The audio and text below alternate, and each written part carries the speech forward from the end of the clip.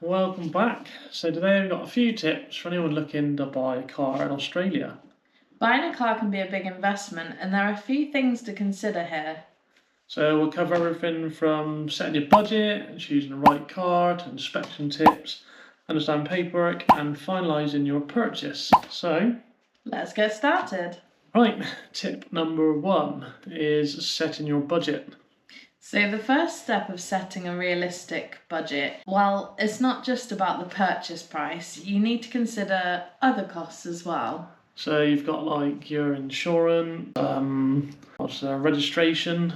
I think obviously each state's different. You've got different registration fees and stamp duty. So that's a percentage like the purchase price. So I think we've done a bit of research here. So for a hybrid and electric vehicles, up to the value of $100,000, it's $2 for each $100 in that purchase price. So yeah, it can work out. So obviously you've got to allow for that because that's extra cost that you don't kind of realise. It varies. I mean, up to a 7-cylinder engine, up to a value of $100,000 is $4 for each $100. So it soon mounts up. Obviously you then got fuel. Yeah. Obviously some cars are quite thirsty over here. You've got a lot of V8s and whatever. Luckily, fuel's a lot cheaper over here. Yeah. There's an app you can download as well for My 7-Eleven. So there's a petrol station over here. It's quite a good app. It kind of searches the local area for the best price. So even if the one in your suburb is like, say, $2.30 and there's one closer that's $1.99, you can then lock that price in for, I think it's for a week. And every time you go to that petrol station, you can get fuel that price. Is it called something in particular? Is it called 7-Eleven? No, it's My 7-Eleven app, I think. Okay. So look out for that one. What else they got to do? Like regular servicing, unexpected repairs. If you've watched our previous videos, you'll know that, or watched our Instagram, you'll know that we had a massive car repair bill recently, so had to have a gearbox and clutch replaced on a European car, which was crazy. So definitely need to allow for that. And obviously finding a garage that can do it, because some of them don't really like touching European cars. Yeah. So, yeah. If you can shop around, we shopped around and were lucky we could shop around, and we found it slightly cheaper with somebody else. Hopefully we found a good reliable mechanic now. And they're mobile, so like he offered mobile servicing as well, didn't he? So you can come to your house or whatever. It just saves you and then drop your car off for half a day or whatever. Yeah. Now the next topic, I see a lot of questions about this on Facebook groups around financing whilst on a visa. We didn't want to have like a big expensive loan or credit against new cars when we came here, because obviously there's more important things for us. So we did buy secondhand. But if you're on a temporary visa, lenders will only allow the term for the duration of your visa to loan for. So if you're only on a 2-year visa, obviously you can only get it for 2 years, which means probably your payments will be a bit higher. Yeah. I mean, you could get a loan before you come over. You might get a better rate in England, but then you just have to keep setting up the payments for England. So, I mean, you can save. Cash is king over here. Tip number 2 now, and that is choosing the right type of car.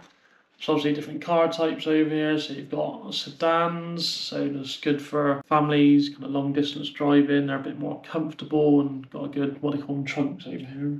Boot space. So you've got like Toyota Camrys or Hyundai Sonatas are quite popular. What else you got? Hatchbacks. So obviously they're compact and fuel efficient and ideal for city driving, easy to park and manoeuvre. So you got like the Mazda 3 and the Volkswagen Golf. Yeah. So I like a hatchback. Then Volkswagens are Europeans, but good if you got a good one. Then you got SUVs. That's quite They're a bit more spacious, versatile, good for off-road and family trips again. A bit more of a higher seating position, a bit more cargo space. So you got like the Subaru Forester and the RAV4 Toyota. And then the quite common vehicle around here is a ute. So obviously a lot of tradies use them, and they got a load of space on the back. They you can set them up how you want. Most of them got like mobile toolboxes, toolkits. We hired one for moving home. You can get pretty much your house on the back of a decent sized ute. So you got like a Ford Ranger or a Toyota Hilux. They're pretty common. So yeah, and then EVs. Still a bit wary of EVs because obviously Australia's pretty big. I still see quite a few Teslas driving around. A lot of Teslas there. They're obviously good for nipping around in the suburbs, but I wouldn't fancy a road trip. I don't think there's a great infrastructure. I don't know that, but obviously I wouldn't want to go. It doesn't seem like it yet. It seems a bit like maybe even less than UK. I don't say that I see as many sort of electric charging stations as in UK here. I mean, there may be at servos, but yeah, not really. Don't really fancy being stranded in the outback because your Tesla's flat. Yeah. So yeah, then you got the choice of new used cars. I mean, obviously, newer cars have got better toys, gadgets, stuff like that. Then they are more expensive. The used cars are cheaper, but you could have the problem that we had, like the car seemed fine, then 6 months later, it's knackered. Yeah, and I think it's really hard. There seems to be a lot of scams, especially if you're buying from Facebook Marketplace. And I understand that out of all of the states, Queensland is apparently the state where it's most easiest to get or to sell dodgy cars. Things like cut and shut cars and stuff like that. So yeah, just definitely be careful if you're buying second-hand. Just try and check for receipts and service history. Yeah, service history's a big one. Although they don't have like MOTs over here, so it's kind of like, ideally you should look after your car, pretty much like service it like we just said, but over here it's kind of like you only have to get it checked if you want to sell it, but we'll come to that in a few more tips time. So tip number 3 is where to buy. So a few options, obviously dealers. You've got the comfort of a warranty, which I mean, hopefully, I know some of them aren't really worth the paper they're written on, but you kind of got a bit of cover if there's anything goes wrong with it. They should be well looked after and maintained. Any problems, you got someone to moan at. It's not like you're going to buy second hand and they've disappeared with your money. They've got private sellers, like I said, it's often cheaper, but it could be a bit of a risk. So you've got, there is a company, a website called Cars Guide. They kind of give you advice on what to look out for and buying off a private seller. And then you've got online marketplaces, so car sales, Gumtree, Facebook Marketplace. They're kind of places that's where we find our cars, isn't it? Is it Facebook Marketplace? Yeah, so kind of handy if you don't want to travel too far, look for a vehicle, localise your search. But yeah, it's a bit of a gamble unless you know what you're looking for. I mean, you can pay for a mechanic to check it over, maybe. Yeah. Plus, you can always get scammed that way as well. Like, don't pay the money up front. If you're happy with the car, some people do take a deposit. Yeah. So yeah, I think it's just about being wary and cautious, isn't it? Yeah. So tip number 4.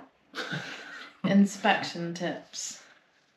So yeah, again, it's an exterior check, kind of a quick one really. You can look for dents and scratches, rust. I don't say I've really seen rusty cars. I'm not like England, don't get a lot of like grit up underneath the car, so a lot of the cars are quite tidy underneath, which is nice.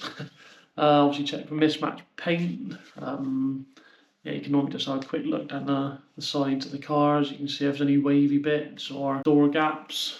Obviously then you got the interior. So yeah, I mean, all of this stuff is pretty standard in the UK as well. It's not really any different, but yeah, obviously still really important. They're quite hot on if you like, got a leaking little rocker cover. Back in England, it's just a little leak, but here now they do pick up quite a lot on the roadworthy test, so that's something else to look for. Right, number 5 is the paperwork. There's lots of paperwork here. It's a bit different to the UK. So you've got Rego, which is kind of like road tax. So you've got the option you can do direct debit with that. You can pay it yearly, 6 monthly, or like I said, direct debit is monthlies. That goes on engine size and cylinders, so you pay more for the bigger cylinder cars. You then have to get a roadworthy.